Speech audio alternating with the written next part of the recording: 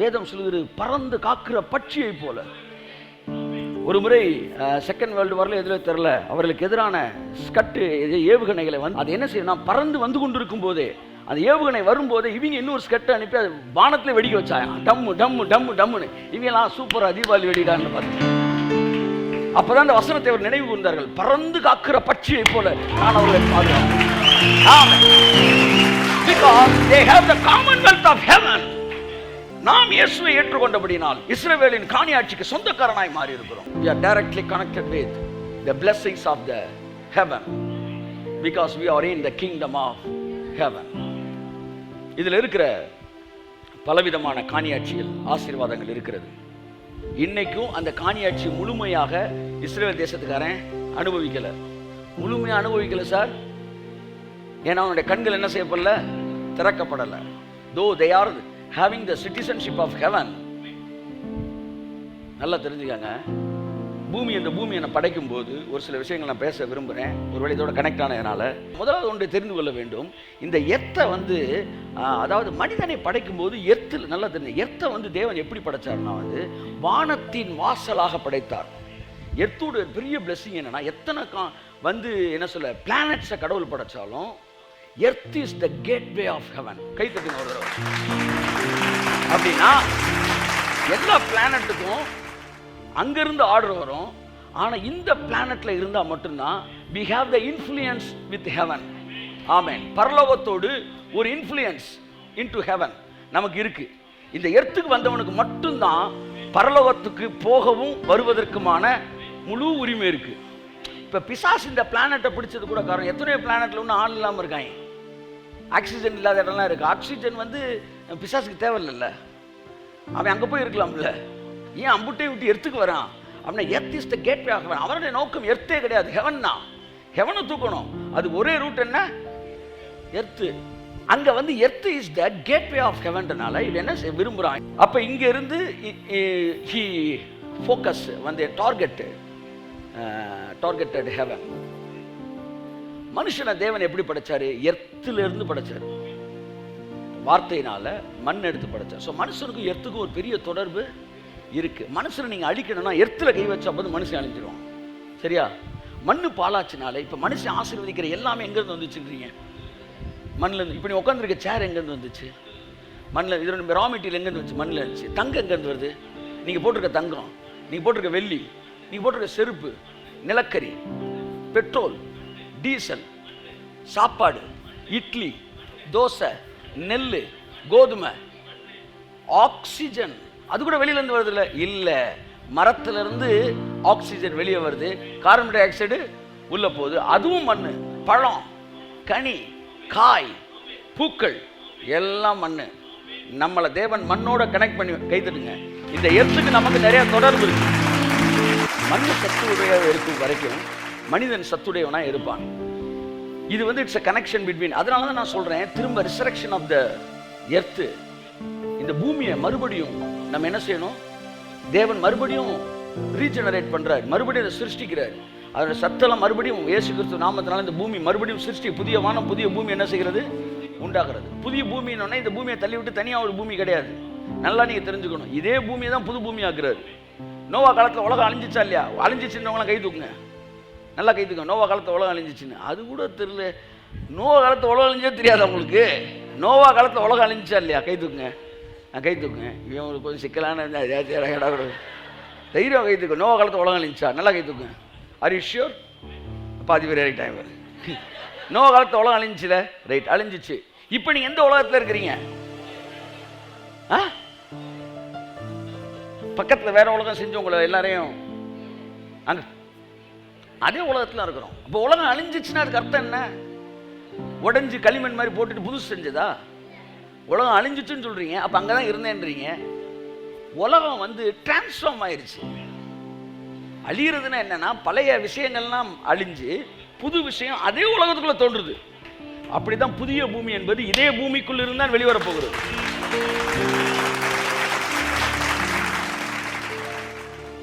இப்ப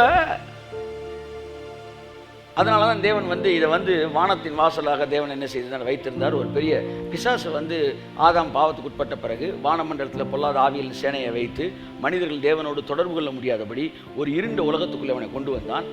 இயேசு கிறிஸ்து வந்து பரலோகத்துக்கு வந்து இவன் வந்து போய் நின்று தேவனுடைய பிள்ளைகளை பற்றி குறை சொல்லக்கூடிய அளவிற்கு அந்த இன்ஃப்ளூயன்ஸை பயன்படுத்தினான். பரலோகத்துக்குள்ள பிசாசு என்ட்ரா இருக்கானா. யோபு புத்தகம் தெளிவாக சொல்லுது, தேவபுத்திரர் வந்து நிற்கும்போது சாத்தானும் அவர் மத்தியில் வந்து நின்றான். அப்படிலாம் போயிட முடியுமா? வந்திருக்கானா என்ன அர்த்தம்னா, he got the green card. உள்ளே வர்றதுக்கான எங்கேயோ ஒரு பெர்மிஷன் வாங்கியிருக்கான். நிச்சயமாக அந்த கார்டு யாருக்கு கொடுக்கப்பட்ட கார்டாக தான் இருந்திருக்கும், ஆதாம் கொடுக்கப்பட்ட கார்டாக இருந்திருக்கும். ஆதாம் வந்து அடிக்கும்போது அந்த கார்டை எடுத்து நேரம் அங்கே போதான் பார்க்குறான். அவன் ஆதாம் வந்து ஐஓபி பேங்க், எஸ்பிஐ பேங்க், ஏகப்பட்ட பேங்க் வச்சுருந்தான். பூமியில் ஆசீர்வாதம், கனி, காய் இதெல்லாம் சாப்பிட்றதுக்கு அவன் அடிக்கலை. எல்லா கழுதையும் தூக்கி எரிஞ்சிட்டு எங்கடா இந்த கார்டு, ஹெவன், அந்த கார்டை தூக்கினான். எது ஹெவனுக்கு என்ட்ரி ஆகுது. அப்போ இந்த பூமிக்கு தேவன் அப்படி ஒரு இது வச்சிருந்தார். மறுபடியும் இயேசு கிறிஸ்து பூமியை வந்து வந்து ஓவர்க்கு வந்து என்ன செய்ய வந்து அதை ஜெயிச்சதுக்கு காரணம் என்னன்னா, மனிதனை மறுபடியும் பரலோகத்தின் காணியாட்சிக்கு சுதந்திரவாளியாக மாற்ற வேண்டும் என்பதுதான். தேவன் அதை செய்தார். நம்மை குறித்து இரவும் பகலும் குற்றம் சுமத்தின் கீழே தள்ளப்பட்டு போனான். மறுபடியும் அந்த வலது பாரிசத்தில் இயேசு கிறிஸ்து அமர்ந்து நமக்காய் பரிந்து பேசுகிற இடத்திற்கு வந்தார். பூமி மறுபடியும் பரலோகத்தோடு தொடர்பு கொள்ள ஆரம்பித்தது. இயேசு பூமிக்கு வந்தோன்னு சொன்னார், இது முதற்கொண்டு அப்படின்னா இதுக்கு முன்னாடி கிடையாது, இது முதற்கொண்டு மனுஷ வந்து பரலோகத்திலிருந்து தேவ தூதர்கள் இறங்குகிறதையும் ஏறுகிறதையும் இது முதற்கொண்டு காண்பீர்கள். கரங்களை தட்டி கர்த்தர் சொல்லுவோம். அப்படின்னு என்ன அர்த்தம்னா, இதுவரை அடைக்கப்பட்ட பாதை இயேசு பூமிக்கு வந்தவர் மறுபடியும் திறக்கப்பட்டிருக்கிறது. ஆகவே நாம் மறுபடியும் பரலோகத்தின் காணியாட்சிக்கு சொந்தக்காரர்களாய் மாறுகிறோம். கிங்டம் ஆஃப் ஹெவன்றது என்னன்னா, பரலோகத்தின் காணியாட்சி இஸ்ரவேலுக்கு வந்து இஸ்ரவேலின் காணியாட்சி என்று சொல்லப்படுகிற பரலோகத்தின் காணியாட்சி நமக்கு வருவது. சரி, நமக்கு என்ன காணியாட்சி இருக்கு? பரலோக காணியாட்சி என்னன்னா, பரலோகத்தில் கொடுக்கப்படுகிற ஆசீர்வாதங்களை நீங்க இங்கிருந்து அனுபவிக்கலாம். அவ்வளவுதான். நீங்க இங்கிருந்து ஹெவன் ஸ்டாண்டர்ட் லைஃப் வாழலாம். இதுக்கு தான் அவர் ரத்தத்தை சிந்தி உங்க பாவத்தை அழிச்சு மன்னிச்சு சாபத்தை நீக்கி காட்டு ஒளிவ மரத்திலிருந்து வெட்டி எடுத்து நல்ல ஒளிவ மரத்தோடு உங்களை இணைச்சு அதனுடைய வேருக்கும் சாரத்திற்கும் பங்காளியாய் உங்களை மாற்றி இங்கே அமர வைத்து உட்கார்ந்திருக்கிறார். நீங்கள் இப்பொழுது பரலோகத்தின் குடிமக்களாய் இருக்கிறீர்கள். You are the citizen of the kingdom of heaven. You are living in the kingdom of heaven. You are having the commonwealth of heaven. பரலோகத்தின் காணி ஆட்சி உங்களுக்கு இருக்கிறது. தயவு செய்து சொல்றேங்க, ஆமென் சொல்லுங்க. ஆமென். ஒரு காணி நிலத்துக்கு, அரை ஏக்கர் நிலத்துக்கு கோர்ட்டுக்கு 13 வருஷம் நடக்கிறான். உங்களுக்கு சிலர் இருக்கிறீர்கள், ஒரு அரை ஏக்கர் நிலத்துக்கு 13 வருஷம் கோர்ட்டுக்கு போய் பஞ்சாயத்தை கூட்டுறியே, எவ்வளோ பெரிய ஆசீர்வாதம். இஸ்ரவேலின் காணி ஆட்சி என்பது தேவன் உனக்கு கொடுத்துருக்கிறாரு. மரணம் இல்லாத வாழ்க்கையோ முதற்கொண்டு ஒரு வியாதி இல்லாத வாழ்க்கை, இப்படி பல விஷயங்களை சொல்லியிருக்கிறாரு. நல்லா கவனிங்க. ஆனால் நீங்கள் 2 தடவை கேட்டுட்டு ஒன்றும் நடக்கலையே, நான் அமைதியாகிற. ஒரு 5 சென்ட் நிலத்துக்கு 10 வருஷம் நீ கோர்ட்டுக்கு நடையா நடக்கிறியா? ஏன் இந்த காணியாட்சி எனக்கு சொந்தமாக வேண்டும் என்கிற வைராக்கியமே உனக்கு வரவில்லை. இதற்காக என் தொடர்ந்து நிற்க மாட்டேன் என்கிறாய். தொடர்ந்து தேவனுடைய நீ வந்து உன் விசுவாசம் கேடத்தை பிடித்துக் கொண்டவர்களாய் நில்லுங்கள். ராஜ்யத்தை பற்றி பேசிக்கிட்டு இருக்கிறோம். இப்படிதான் வெறியா இப்ப இந்த வசனத்தை பேசிட்டாரு. எண்ணத்தை உண்போம், எண்ணத்தை உடுப்போம், எண்ணத்தை கழிப்போம் என்று உங்களுடைய சரீரத்துக்காகவும் உங்கள் எண்ணத்தை உடுப்போம் என்று உங்கள் ஆடைகள் என்று உங்களுடைய ஜீவனுக்காக கவலைப்படாதிருங்கள். இவைகள் உங்களுக்கு வேண்டியவைகள். அப்ப என்ன தேடணும் சார்? முதலாவது தேவனுடைய ராஜ்யத்தை தேடுங்கள். ராஜ்யத்தை தேடுங்கள். ராஜ்யத்தை தேடுங்கள். இவைகள் எல்லாம் நீங்கள் அந்த ராஜ்யத்திற்குள் வந்தால் உங்களுக்கு கூட கொடுக்கப்படும். ஆமென், ஆமென், ஆமென். ஆகவே அற்பமான காரியங்களை குறித்தே சிந்திக்கிறவர்களாய் இராதேயுங்கள். ராஜ்யத்தை குறித்து பேசுங்கள். ராஜ்யத்தை தேடுங்கள். தேவனுடைய ராஜ்யத்தை தேடுவதிலே கிறிஸ்துவம் இருப்பது. அருமை மகனே, மகளே, ராஜ்யத்தின் மேன்மையை தேடுங்கள். ராஜ்யத்துடைய காணியாட்சியை தேடுங்கள். ராஜ்யத்தின் மனநிலையை தேடுங்கள். ராஜ்யத்தின் குடியுரிமையை தேடுங்கள். ராஜ்யம், ராஜ்யம், ராஜ்யம். கரங்களை தட்டி ஆமென். இந்த ராஜ்யத்தின் வசனத்தை ஒருவன் கேட்டு, வெறும் வசனம் அல்ல, 13 வெறும் வசனம் அல்ல, ராஜ்யத்தின் வசனத்தை கேட்டு. அப்படின்னா அந்த மெசேஜ் என்ன மெசேஜா? Kingdom of heaven message, kingdom message. இந்த வசனத்தை கேட்டு ஒருவன் உணராதிருக்கும் போது, ஓ இவ்வளவு காணியாட்சி இருக்கா, இவ்வளவு நான் அனுபவிக்க வேண்டிய ஆசீர்வாதங்கள் இருக்கிறதா என்று உணராதிருக்கும் போது பிசாசு வந்து அந்த ராஜ்யத்தின் வார்த்தை என்ன செஞ்சிருவான், எடுத்துருவான். ஆனா யூதனை பத்தி இவங்க எவனும் பரியாசம் பண்றதே இல்லை. ஆனா ஊர் ஃபுல்லா ஆண்டுகிட்டு இருக்கிறாங்க, கையை தட்டு. என்னைக்கு நீ குரோமோசோம்லையும் ஜீன்லையும் காணியாட்சியிலையும் மூவ் பண்ண ஆரம்பிக்கிறியோ, அப்ப இந்த உலகம் உன்னை பார்த்து வியக்கும் என்று நான் சொல்லுகிறேன்.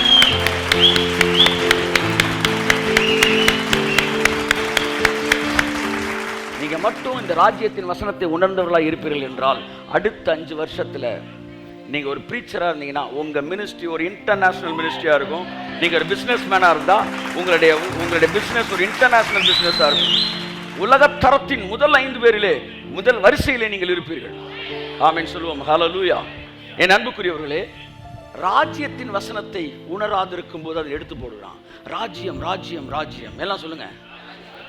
இருளின் ராஜ்யத்திலிருந்து சொல்லுங்க, நான் விடுதலையாக்கப்பட்டு அன்பின் குமாரனுடைய ராஜ்யத்துக்குள் நான் என்டர் ஆயிட்டேன்.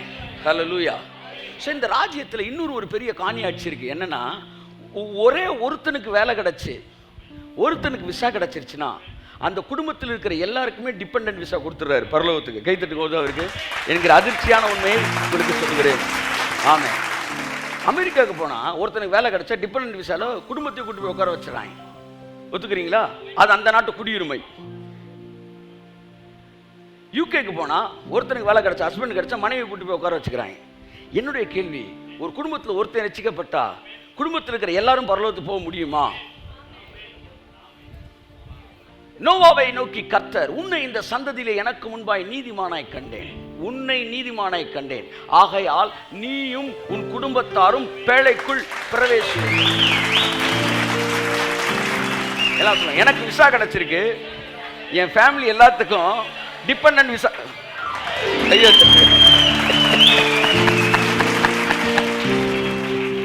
ஏற்றுக்கொள்ள மனதாய் இருக்கிறவர்கள் கேட்க காதுள்ளவன். இன்னொரு வசனம், நல்ல ஸ்ட்ராங்கான வசனம் சொல்லுங்க. அப்போஸ்தலர் 16:31. அதானே 16:31 பைரியா. அத மைண்ட்ல வச்சு நான் கரெக்டா சொல்லிட்டு இருக்கிறேன். 16:31 வாசிங்க. அதற்கு அவர்கள் கர்த்தராகிய இயேசு கிறிஸ்துவை விசுவாசி. இயேசு கிறிஸ்துவை சிங்குலரா ப்ளூரலா? நீ விசுவாசி, அப்பொழுது நீயும் உன் வீட்டாரும் ரட்சிக்கப்படுவீர்கள். பரலோகத்துல ஒரு காணியாட்சி இருக்கு. என்ன, நான் ஒருத்தன் உள்ள போயிட்டானா குடும்பத்தை கூப்பிட்டுக்கலாம்.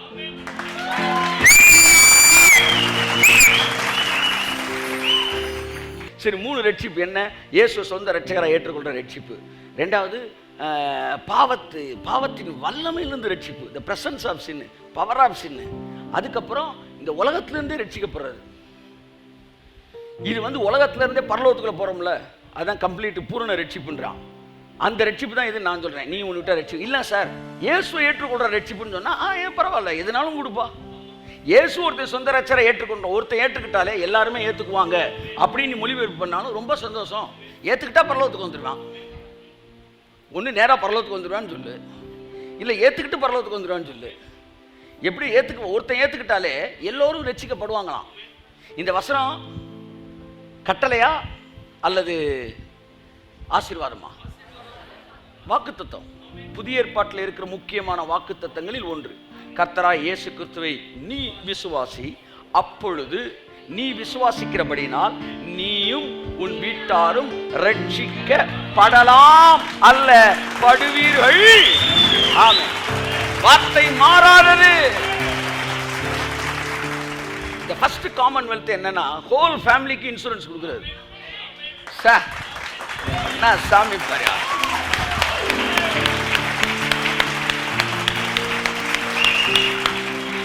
என்ன சார் கம்பெனி லெவலில் பார்த்தா குடும்பத்துக்கு மெடிக்கல் சப்போர்ட் கொடுக்குறாங்க. அப்போ பரலோக குடிமகன்னா ராஜ்யத்தின் சுவிசேஷம் அது. ராஜ்யத்தின் சுவிசேஷம் அது அந்த கிங்டமுடைய ஜெனராசிட்டி, அவனுடைய தாராள மனப்பான்மை. This is a commonwealth of this kingdom. அந்த நாட்டுக்காரன் ஒருத்தன் தான் உள்ள மற்ற உள்ள வரான்னு சொல்ல மாட்டேன்றான். இந்த லோக்கல்ல இருக்கிற சாதாரண நாடுகளே பரவாயில்ல, நீ சந்தோஷமா எங்க நாட்டுக்கு வேலை பார்க்கணும்னா உன் குடும்பம் வந்தால் தான் உண்டு. உன் மனைவியும் உன் பிள்ளையும் அங்கே இல்லாவிட்டால் பரலோகமே அல்ல என்று நான் சொல்கிறேன். அதுக்கு நிறைய ரூட் இருக்கு சார். அத்தனை ரூட்லேயும் உனக்கு கொண்டு வந்துருவாரு. எல்லாம் ஒன்று தான். உன்னை பாஸ் ஆக்கிடுவேன்னா மார்க்கை போட்டும் பாஸ் பண்ணலாம், இல்லை உன்னை படிக்க வச்சும் பாஸ் பண்ணலாம். பாஸ் ஆயிடுவேன், அவ்வளோதான். எனக்கு தெரியும்.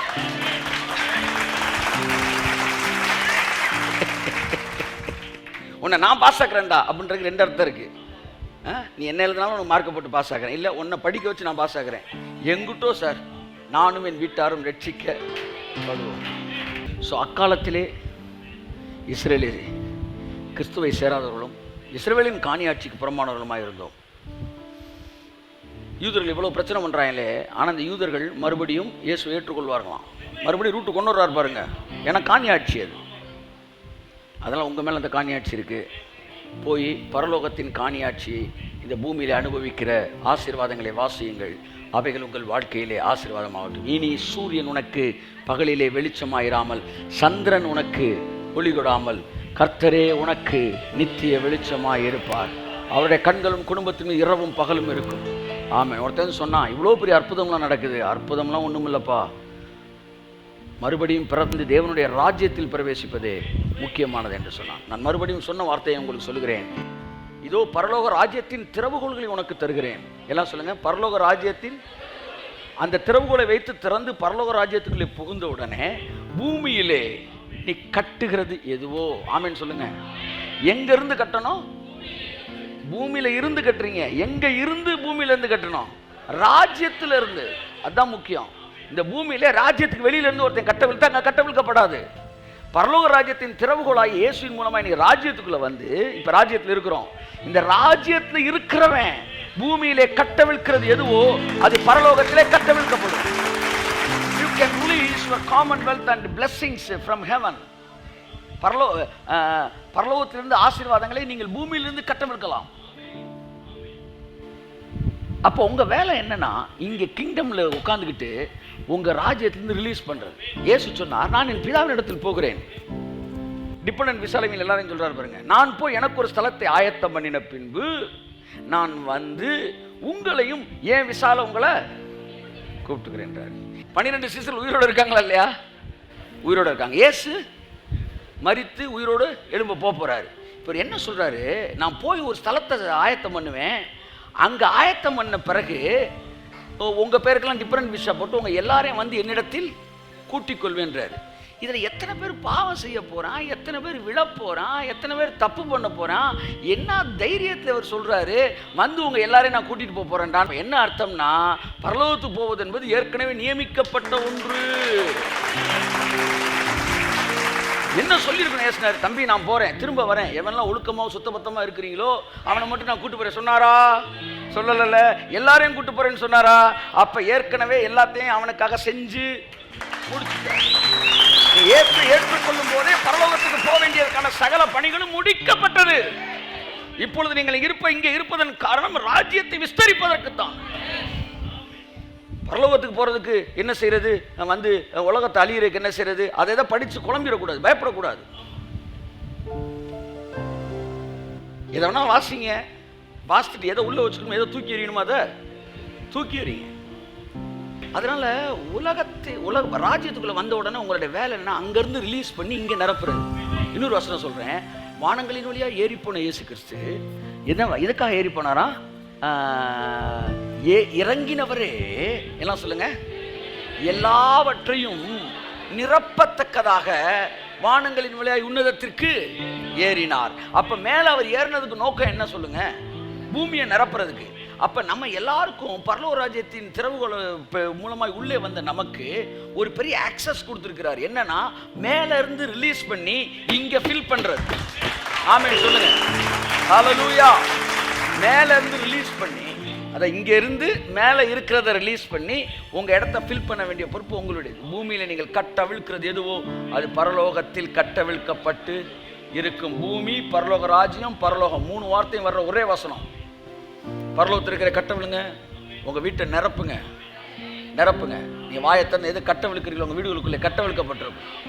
ஆமென். ஏனென்றால் நீங்கள் ராஜ்யத்தோடு தொடர்புடையவர்கள், ராஜ்யத்திலிருந்து பரலோகத்தோடு தொடர்புடையவர்கள். ஆமென். அந்த நாட்களில் வந்து எதெல்லாம் கொண்டு வரணும் வெள்ளைக்காரன் நினைச்சானோ பிரிட்டன்லேருந்து அத்தனையும் கொண்டு வந்துட்டான்.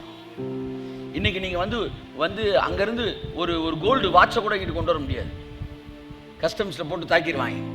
இது என்ன கொண்டு போகிற, எவ்வளோ கொண்டு போகிற, எது கொண்டு போகிறேன். ஆனால் அன்னைக்கு அவன் நினச்சதே கொண்டு வரலாம். ஆமாம், அங்கிட்டிருந்து பெரிய ரயில் பெட்டியே கூட போட்டு கொண்டு வந்துடலாம் அவன். ஏன்னா ராஜ்யத்தோட தொடர்பு இருக்குது. இப்போ நான் சொல்கிறேன், வெளியிலேருந்து ஒருத்தர் ஒரு வாட்ச் வாங்கினா கூட ஏகப்பட்ட கட்ட பஞ்சாயத்து. ஆனால் நீ நினச்சா ஆமாம், ஒரு வாட்ச் கம்பெனியே கூட வந்து வந்து இறக்கக்கூடிய அளவிற்கு உனக்கு வந்து இன்ஃப்ளூயன்ஸ் இருக்குது பரலோகத்தில். அதுதான் கிங்டமில் இருக்கிறவனுக்கான ஸ்பெஷல் பிளெஸிங். ஆகவே நிரப்புங்கள். அந்த வசனம் எங்கே இருக்குன்னு தெரியுமா? ஏறினவரே எல்லாவற்றையும், எபேசியர்ல இருக்கு நினைக்கிறேன், இறங்கினவரே எல்லாவற்றையும் நிரப்பத்தக்கதாய். 4:9 ஏறினார் என்பதினாலே அவர் அதற்கு முன்னே பூமியின் தாழ்விடங்களில் இறங்கினார் என்று விளங்குகிறதல்லவா. இறங்கினவரே எல்லாவற்றையும் நிரப்பத்தக்கதாக எல்லா வானங்களுக்கும் மேலாக உன்னதத்திற்கு ஏறினவருமா இருக்கிறார். எல்லாத்தையும் நிரப்புறதுக்கு தான் ஏறி இருக்காரு. உங்களை எல்லாம் பரலோகத்துக்கு கொண்டு போய் சேர்க்கறதுக்கெல்லாம் ஏறல, எல்லாத்தையும் அங்கிருந்து ரிலீஸ் பண்ணி இறக்கிறதுக்கு தான். ஆமென் சொல்லுங்க. நீங்க யார் சொல்லுங்க? பரலோக ராஜ்யத்தின் குடிமக்கள். நீங்கள் கேட்கிற செய்தி என்ன? ராஜ்யத்தின் சுவிசேஷம். பிசாசு எடுக்க விரும்புகிற வார்த்தை என்ன? ராஜ்யத்தின் வார்த்தை. உங்களுக்கு ராஜ்யத்தில் இருப்பதனால் கிடைக்கிற ஆசீர்வாதம் என்ன? இஸ்ரேலின் காணியாட்சி. ஆமேன். அந்த காணியாட்சியை இஸ்ரேல் தேசத்துக்காரை மிஸ் பண்ணனால தான் நமக்கு அது கிடைச்சிச்சு. அந்த காணியாட்சி என்பது வெல்ஃபேர், காமன்வெல்த், பிரான்சைசி, பொலிட்டியோஸ், தேவனுடைய ரெப்ளிகாவா, பரலோகத்தோட ரெப்ளிகாவா இந்த பூமியில் உங்களுடைய வாழ்க்கை பரலோகத்துடைய ரிஃப்ளெக்ஷனா இந்த பூமி மாறுவதற்கான வேலைகள் ஆரம்பமாகிவிட்டது. நீங்கள் இணைந்து ஆமேன்னு சொன்னீங்கன்னா இன்னைக்கு உங்கள் வாழ்க்கை மாறும். இல்லைன்னா 20 வருஷம் கழித்து எல்லாம் மாறினதை பார்த்துட்டு ஆமாயா இன்னைக்கு அவர் சொன்னது உண்மைதாயா, இன்னைக்கு ஆமாம் நிலங்கள்லாம் குறைஞ்ச விலையிலே விற்கும்போது வாங்கி போட்டுன்ற மாதிரி இன்னைக்கு இந்த ப்ரெஷியஸ் டாக்டரின்லாம் ரிலீஸ் பண்ணும்போதே ஃபஸ்ட்டு பேட்ச்லேயே உள்ளே வந்துடுங்க எல்லாரும். நல்ல பிதாவே, இயேசு கிறிஸ்துவின் வெளியேறப்பட்ட நாமத்தினாலே நாங்கள் ஜெபிக்கிறோம். ராஜ்யத்தின் சுவிசேஷத்தை பிரசங்கிக்க கொடுத்த கிருபைக்கு ஸ்தோத்திரம். ஆண்டவர், இந்த ராஜ்யத்தோட காமன்வெல்த் ஒருத்தன் புத்திரன் ஆயிட்டா வீட்டில் இருக்க எல்லாருக்குமே விசா கொடுக்கப்படுகிறது. நோவா நீதிமானாக இருந்தபடி நான் குடும்பம் முழுவதும் பேழைக்குள் பிரவேசித்தது. ரெண்டாவது ஒரு எடுத்துக்காட்டு சொல்றேன். ராகாப் என்கிற வேசி, அவள் சிகப்பு கயிறை கட்டியபடியினால் அவளும் அவள் குடும்பத்தாரும் பாதுகாக்கப்பட்டார்கள். இதெல்லாம் சுவிசேஷத்தோட நிழல் நிழல் நிழல். எங்கெல்லாம் பாருங்க, ஒருவன் இயேசுவை ஏற்றுக்கொண்டபடியினால் அவர்கள் குடும்பம் முழுவதும் இஸ்ரவேலின் காணியாட்சிக்கு சொந்தமானார்கள். நீ பயப்படாத, என் கணவர் ரொம்ப வீம்பு பாராட்டுறாரு, என் மனைவி ரொம்ப அகராதியா இருக்கிறா, என் பிள்ளைகள் கீழ்ப்படிவதில்லை என்று பயப்படாதே. கர்த்தருடைய ஆவியானவர் சொல்லுகிறார், கர்த்தராய் இயேசு கிறிஸ்துவை நீ விசுவாசி, இயேசு கிறிஸ்துவை விசுவாசி, அப்பொழுது நீயும் உன் வீட்டாரும் ரட்சிக்கப்படுவீர்கள் என்கிற இஸ்ரவேலின் காணியாட்சிக்கு நீ சுதந்திரமாக்கப்பட்டிருக்கிறாய். பூமியில நீ கட்டவிழ்க்கிறது எதுவோ பரலோகத்திலிருந்து உனக்காக அந்த ஆசீர்வாதம் உன் வீடு தேடி வரும், அது உனக்கு கட்டவிழ்க்கப்படும் என்று கர்த்தருடைய ஆவியானவர் சொல்லுகிறார். ராஜ்யத்தின் சுவிசேஷத்தை கேட்டு உணர்ந்து கீழே வேர்பற்றி மேலே கனி கொடுக்க எங்களுக்கு கிருபை பாராட்டும். என்னுடைய ஆசீர்வாதம் ராஜ்யத்தினால் வருகிறது, என்னுடைய செழிப்பு ராஜ்யத்தினால் வருகிறது, என்னுடைய நிறைவு ராஜ்யத்தினால் வருகிறது. ஆமேன் சொல்லுங்களேன் எல்லாருமே. ஆமேன் என்கிற மனநிலை உடையவர்களாக இவர்கள் இருப்பார்கள். ஆக இயேசு கிறிஸ்துவின் நாமத்தில் பிதாவே, ஆமென். God bless you. என் அன்புக்குரியவர்களே, முதலாவது தேவனுடைய ராஜ்யத்தை தேடுங்கள், பிறகு இவைகள் எல்லாம் உங்களுக்கு கூட கொடுக்கப்படும். ராஜ்யத்தின் மனநிலையுடையவர்களாக இருங்கள், கர்த்தர் உங்களை ஆசீர்வதிப்பார். ராஜ்யத்தின் காணியாட்சிக்கு உரிமையாளர்களாய் நீ இருக்கிறீர்கள். God bless you.